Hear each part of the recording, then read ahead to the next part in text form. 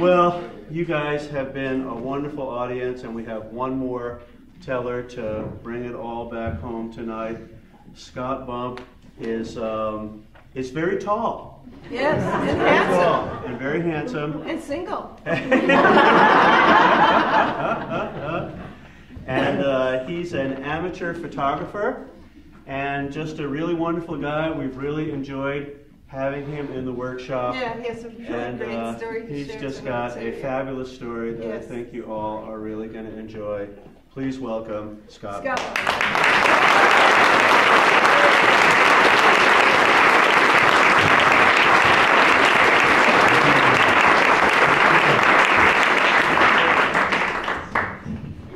So, there was a time I thought I was going to get married. I thought it was a done deal. I thought my ticket was punched. All hands were on deck, full steam ahead. Until I got a phone call. Before then, I was pretty sure I knew where I was going to get married. I knew about when, maybe a year and a half from then. And I knew to whom I was going to get married, which is convenient if you think you're going to get married. And it was this woman who happened to be on the phone. We had met about 2 or 3 years before in Germany. We both worked for the military, but we were working as civilians. And it was great. We were in the middle of Europe. We would take a long weekend to Croatia. We took a week-long trip to Prague for Valentine's.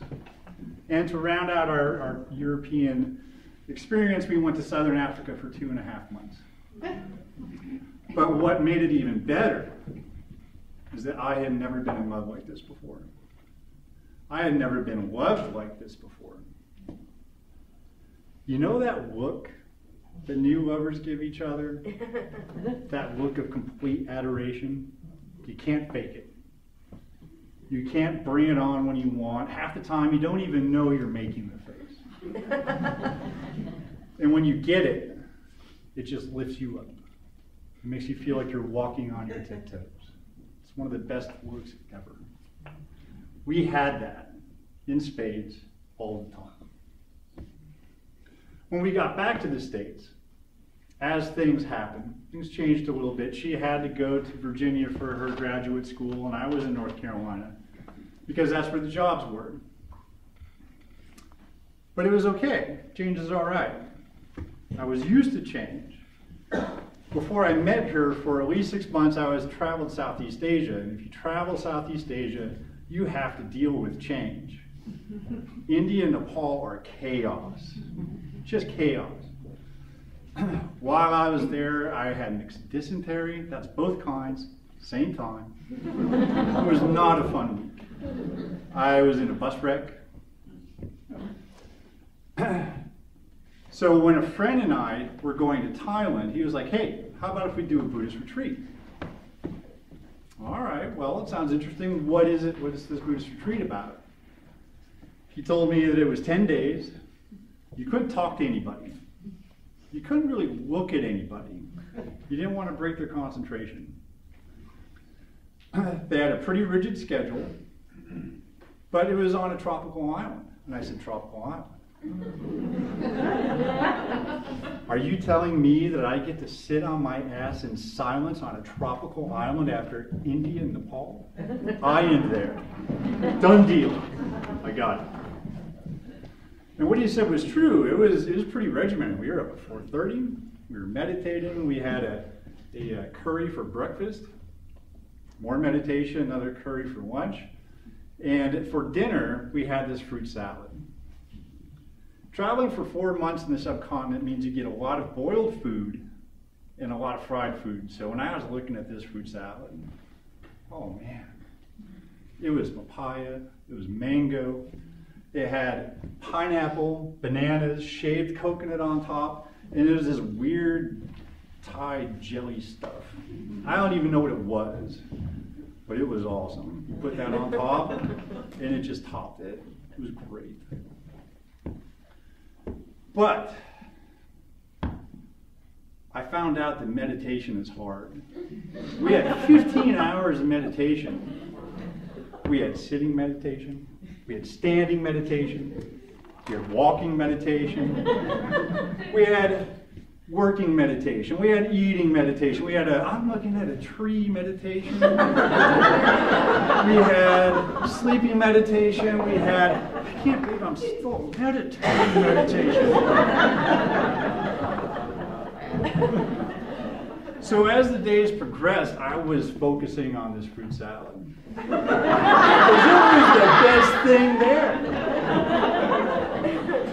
I had good concentration in the morning. In the evening, I just kind of, I just let my thoughts go. I thought about 6th grade, I thought about 7th grade, I thought about the first memory I had. I was all over the place, and I especially thought about this fruit salad. By about the 7th day, I was going a little crazy. Just a tad. And I was having problems with this whole thing of not being able to see, not look people in the eye, not talk to them, not acknowledge anybody. I thought high school had prepared me for this. But it didn't. Not even close. It's hard. So I had it as the only remedy I had. Only thing I could think of. I went into the men's restroom. There's a little mirror. And I thought of an old song that I used to know as a kid. And I leaned over onto the sink and I looked at myself, because that was the only person I could actually look in the eye. And I sang the song to myself while making faces. Well, sit right back and you hear a tale of a fatal trip. Oh no, the middle's going to be lost. The minnow. Well, you laugh at me, but meditation's hard. It is hard. Try it for an hour. We had 15. I did that for about 5 minutes. And those are the only 3 lines I knew. I had no idea how I stretched that out for 3 minutes. 5 minutes. But at the end, I was feeling pretty good. I felt like I purged a little crazy. I was good to go. I could kind of come back out. So I did. Lo and behold, the line is forming for dinner. So I had another little song. I was like, I purged crazy, I'm getting fruit salad. I purged crazy, I'm getting fruit salad. So I get into line, right? And when you walk and meditate, you kind of have to, you meditate and you're somber, so you're like this. You're just walking, shuffling in line, and the people up are getting their food up in the cafeteria part. I could tell that something was wrong. They weren't acting like they normally act. Something was different. And different is how I would describe her voice on the other end of the phone. I couldn't tell what it was, but there was something a little different. We said hi, how you doing? All the stuff you normally say. How was your day? How's the dog? Got to check up on the dog. But then I could tell that there was this slight pause on her end. She said, Scott, we need to talk. I need to come see you. Okay. We weren't really expecting that. It's like, well, when? She said, this weekend, if you're free. If I'm free. Is it bad? Yes. Are we over?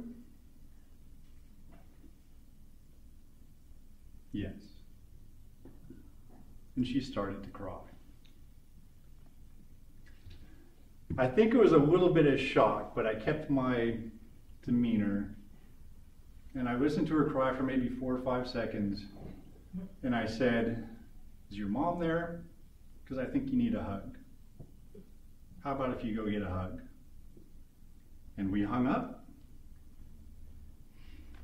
And it was the first time we had hung up without saying, "I love you." So I was now left in my apartment, in the middle of the living room floor, and I could feel my skin start to tingle, that little electric shock that goes over your body. And I could feel the hair stand on end. And it wasn't just my heart. It felt like everything just dropped. 5 minutes ago, I knew where I was going and who I was going there with. 5 minutes ago, I felt like a big, strong, 6'5", 230-pound rock. Now I just felt like a shell. It felt like my own little Copernican revolution happened. Everything around me was the same. Nothing had changed, except everything had just changed.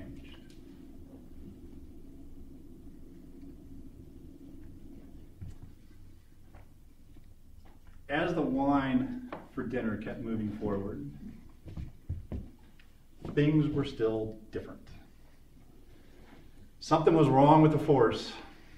Maybe Yoda could have figured it out, but I was clueless. And when I got up to the table that held my fruit salad, the fruit salad wasn't there. It was a bowl of rolls.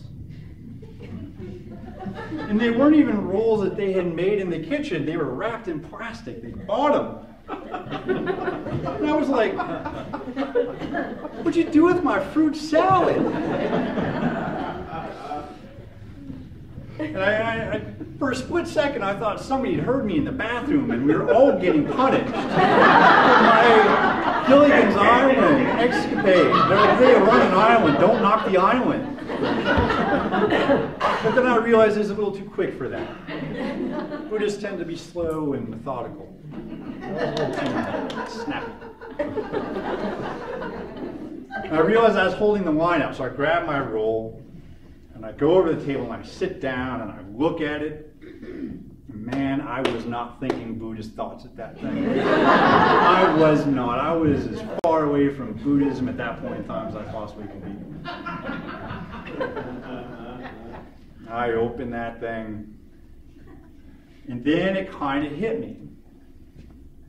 They were just messing with our minds. They knew that we liked that fruit salad. They knew that. So it's just a little mind fuck, right? It's like, they like that fruit salad. Now we're going to give them a roll. What are they going to do? What are they going to do?